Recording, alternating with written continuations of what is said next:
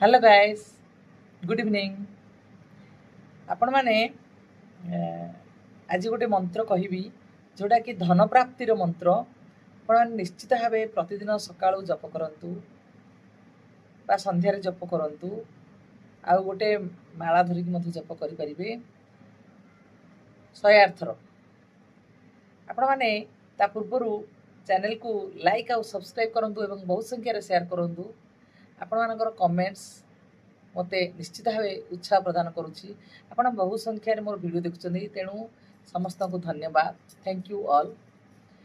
बहुत खुशी लगुच जहाँ हूँ से धन्य प्राप्ति मंत्रटी हूँ ओम ह्रीं कुबेराय नमः। ओम ह्रीं कुबेराय नमः। ओम ह्रीं कुबेराय नमः। 1008 थर आप जप करेंगे, 108 थर जप करेंगे। आउ गोटे भी मंत्र अच्छी ओम महाकुबेराय धनलक्ष्मी प्रदाय श्रीं ओम नमः। ओम महाकुबेराय धनलक्ष्मी प्रदाय श्रीं ओम नमः। ओम महाकुबेराय धनलक्ष्मी प्रदाय श्रीं ओम नमः। एपरि भाव आपण प्रतिदिन जप करंतु, निश्चित भाव आपन को धन प्राप्ति हेबो। Thank you all.